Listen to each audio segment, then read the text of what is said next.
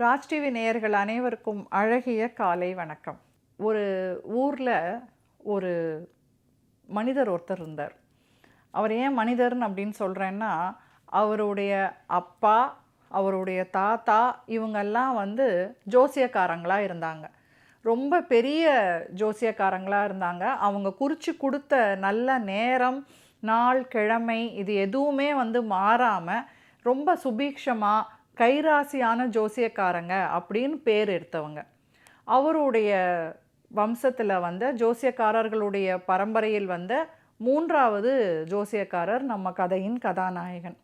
ஆனால் என்னன்னா, அவர் அவங்க அப்பாவும் தாத்தாவும் கொள்ளு தாத்தா மாதிரி அவர் ரொம்ப பெரிய ஜோசியக்காரர்லாம் இல்லை. ஓகே, ஓரளவுக்கு செய்வார். அதனால் என்ன ஆகுது அப்படின்னா, அவங்க அப்பா தாத்தாவுக்கு இருந்த மரியாதை, அந்த பேர் அவருக்கு அந்த ஊரில் இருக்குது. ஆனால் அவருக்கு அது பத்தலை. இவருடைய மேன்மையை யாரும் தெரிஞ்சுக்க மாட்டேங்கிறாங்க. நம்மளுடைய பெருமை, அருமை பெருமை யாருக்கும் தெரியல. இந்த ஊர்க்காரங்க நம்மளை எங்கே மதிக்கிறாங்க?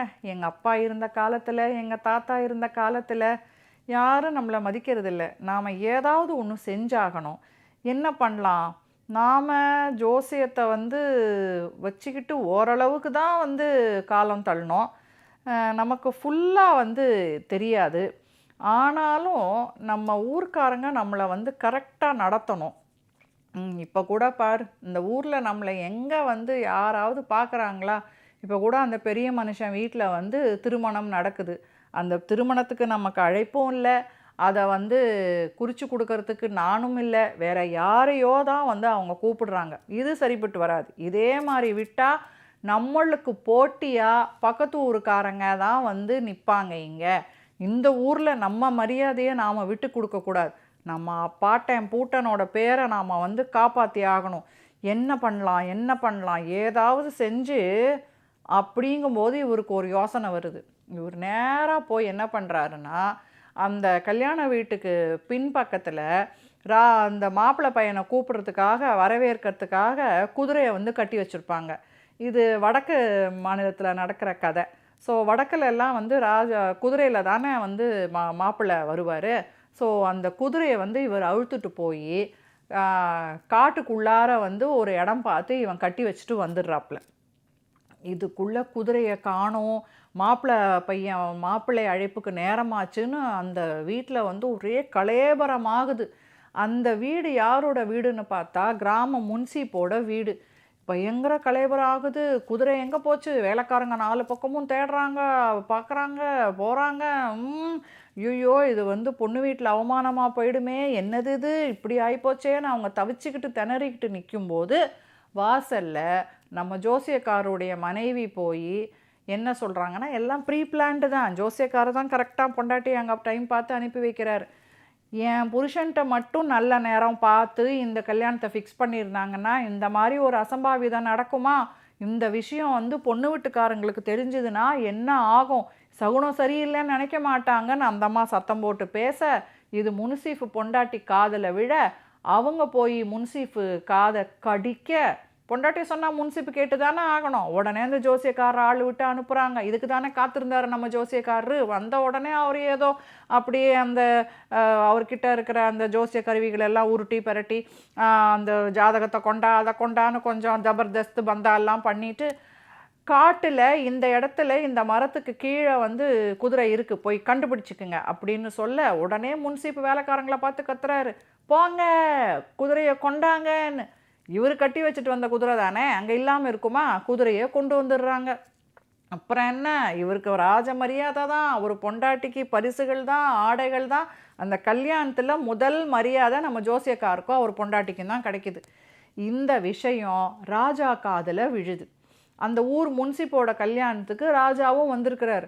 ராஜாவுக்கு இது தெரிஞ்சிடுது. ஆனாலும் ராஜாவுக்கு சந்தேகம், இவன் நிஜமாவே ஜோசியம் சொல்லி இது நடந்ததா இல்லை ஃப்ளூக்கில் அடித்தாங்களா? ஏன்னா இந்த கல்யாணத்துக்கு ஏற்கனவே ஒரு ஜோசியக்காரனை பார்த்துருந்தாங்கல்ல, அந்த ஜோசியக்காரன் ராஜாவோட சொந்தக்காரன். ஸோ ராஜாவுக்கு ஒரு டவுட்டு, இவனை கூப்பிட்டு நாம் பரீட்சை பண்ணி அரண்மனையில் கூப்பிட்டு ஒரு விஷயத்தை நாம் செஞ்சு இவனோட கூட்டு வழிபட்டு போயிடும், நம்ம தெரிஞ்சுக்கலாம் அப்படின்ட்டு இவர் வந்து அந்த ஜோசியக்காரர் அரண்மனைக்கு வர வைக்கிறார். அரண்மனையில் ஒரு பெரிய பொட்டியை கொண்டு வந்து இவர் முன்னாடி வச்சு, இதுக்குள்ளே என்ன நாங்கள் வச்சுருக்கோன்னு நீ ஜோசியக்காரன் சொல்லிட்ட அப்படின்னா நீ தான் இந்த நாட்டில் சிறந்த ஜோசியர்னு நான் ஒத்துக்கிறேன், உனக்கு ராஜாங்க ஜோசியர் பதவியும் கொடுக்குறேன்னு ராஜா சொல்கிறார்.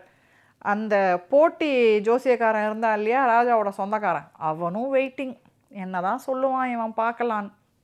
நம்ம ஜோசியக்காரரு, ஆட மாட்டிக்கிட்டோமே, இந்த பொட்டிக்குள்ளே எது வேணாலும் இருக்கலாமே, ராஜா நம்மளை இப்படி லாக் பண்ணிட்டாரே, நாம் அந்த ஊரில் ஏதோ 2 விஷயத்த சொல்லி ரெடியாகி நல்ல பேரோடையும் மதிப்போடையும் இருக்கலான்னு பார்த்தா இப்படி வந்து மாட்டிக்கிட்டோமே, அட கடுமையே அப்படின்னு தன்னைத்தானே வந்து புலம்புறாரு மனசுக்குள்ளே.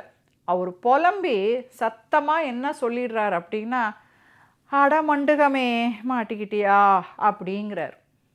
மண்டுகம் அப்படின்னா அந்த மொழியில் தவளை அப்படின்னு ஒரு அர்த்தம் உண்டு. இவரை சின்ன வயசில் எல்லாரும் வந்து மண்டுகம் மண்டுகம், மண்டுகம்னா இன்னொரு அர்த்தம் என்ன, முட்டாள் அப்படிங்கிற மாதிரி, அடமண்டு அப்படிங்கிற மாதிரி. நிஜமாவே அடமண்டுகமே மாட்டிக்கிட்டியான்னு இவர் சொன்னதும் அந்த பொட்டிக்குள்ளே தவளையை தான் இவங்க பிடிச்சி வச்சுருந்தாங்க. ராஜாவுக்கு ஒரே ஆச்சரியம், அந்த போட்டி ஜோசியக்காரத்தால் தொங்கி போச்சு. ராஜா, வா, நீ நிஜமாவே பெரிய ஜோசியக்காரன்தான், இந்தா இந்த பொட்டிக்குள்ளே என்ன இருக்குது தெரியுமான்னு பொட்டியை திறந்தா தவளை டாயிங்குன்னு குதித்து வெளியே போகுது. அப்புறம் என்ன, ராஜாங்க ஜோசியக்காரரு தான், என்ஜாய்மெண்ட்டு தான், லைஃப்பை வந்து அனுபவிச்சுட்டு உட்காந்துருக்கார். Luck also favours talent.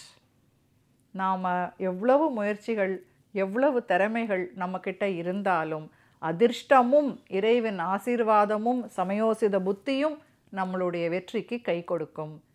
மீண்டும் நாளை வேறொரு அழகிய கதையோடு உங்களை சந்திக்கிறேன். நன்றி, வணக்கம்.